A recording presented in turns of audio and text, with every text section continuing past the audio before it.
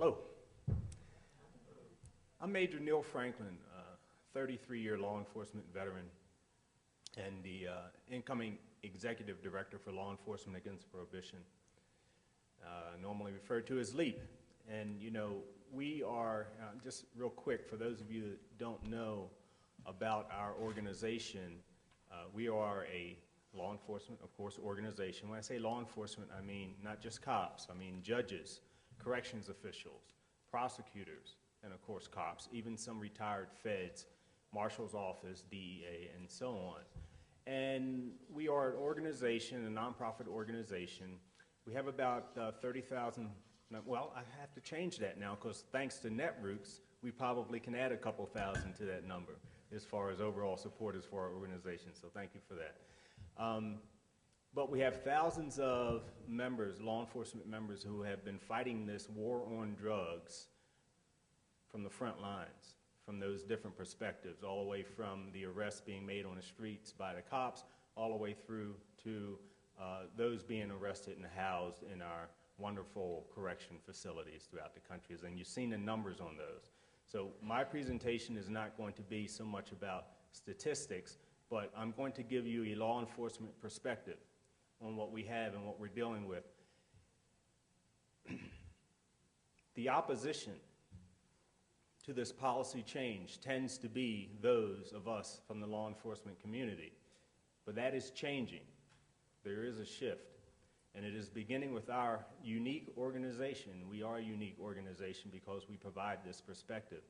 And we are out and about educating not just the general public, but primarily those other members of the law enforcement community, because they too have been jaded. They too have been misled and fed the propaganda over the past few decades as to what this is all about and what the war on drugs would accomplish, and we know what it has not accomplished.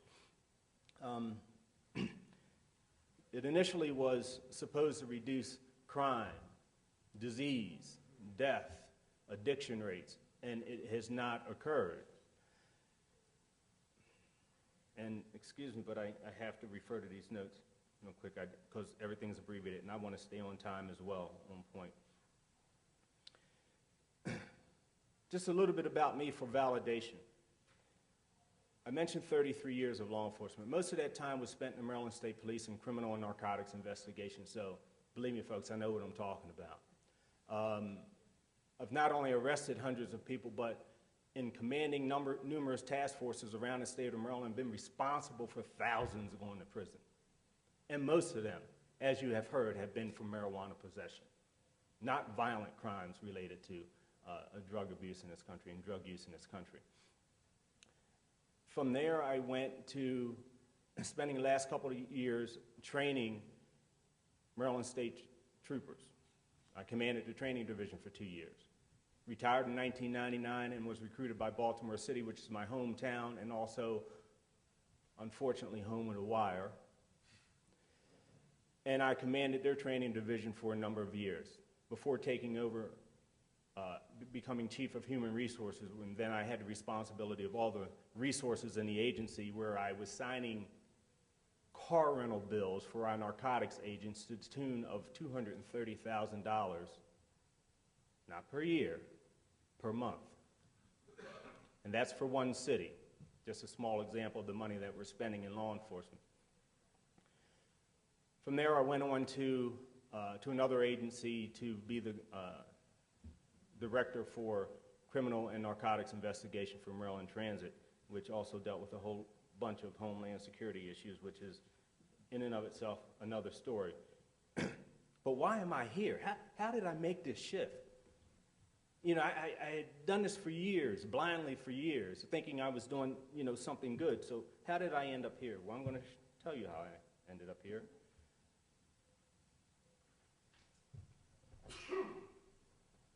If you can't see this, this is Corporal Edward Totley from the Maryland State Police. He was a narcotics agent for the Maryland State Police, probably the best Maryland had ever seen, for about 14, 15 years. I'd never seen this guy in uniform until the day he was buried. In October of 2000, right after I left the Maryland State Police and went to work for Baltimore City, And Ed had worked many cases for me back in the Maryland State Police. Late one night, I received a call that he had been shot. He had a wife and 3 kids. He was working an undercover drug buy in Washington, D.C. on a task force.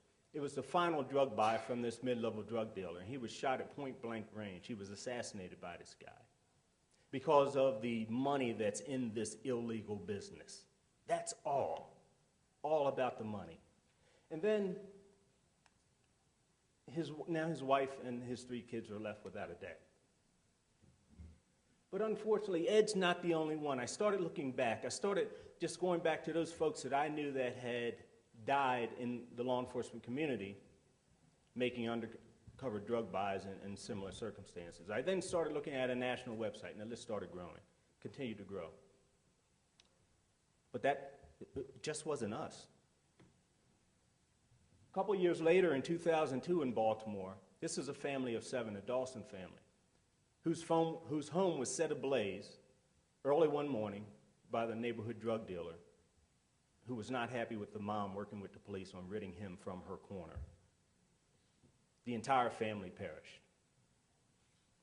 We have kids being caught in the crossfire on a daily basis, running gun battles, drive-by shootings, and the list goes on. And it's not just Baltimore. It's not just the home of the wires. Across the country, in many of our cities.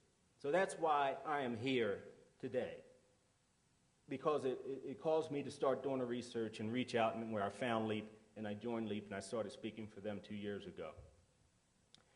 And just real quick, I want to touch on some of the things related to law enforcement, why law enforcement continues to target certain areas. And you've heard earlier from Russ and Stephen about these areas that where blacks and Hispanics, Latinos are targeted. You see, once again, it's all about the money. It's all about the money. There are many reasons, but I'm going to talk about the money. I'm going to talk about the grants, the burn grants that we get. I'm going to talk about the fact that we in law enforcement get money to make marijuana arrests. We get money from the feds. However, we don't get money for making homicide arrests. We don't get money for locking up rapists. We don't get money for arresting pedophiles. But if you're toting on a joint, we'll get money for locking you up. So you wonder why we're focusing more.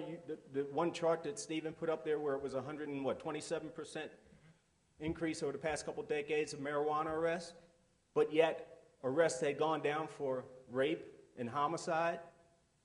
In 1963, the closure rate for homicides across this country was 91%. That means we locked up 91% of those folks who committed homicides. Today, it is around 61%. Why is that? Because our focus is not where it needs to be. We're out educating cops, and let me just say that cops don't want to do this stuff. Good cops. And thank God the good cops outnumber the bad cops. The good cops want to be respected in their communities. The good cops want to do those things. They want to increase the arrest rate for rapes and domestic violence and homicide and all of that stuff. They don't want to lock up people for smoking marijuana. We, the people, have to educate ourselves so that we can talk to those cops and those cops that you know and let them know that, hey, we know you don't want to be doing this stuff. And we're going to help you shift that focus to where it needs to be so you can get back to doing those things that you signed on for. They need your help. They need your voice.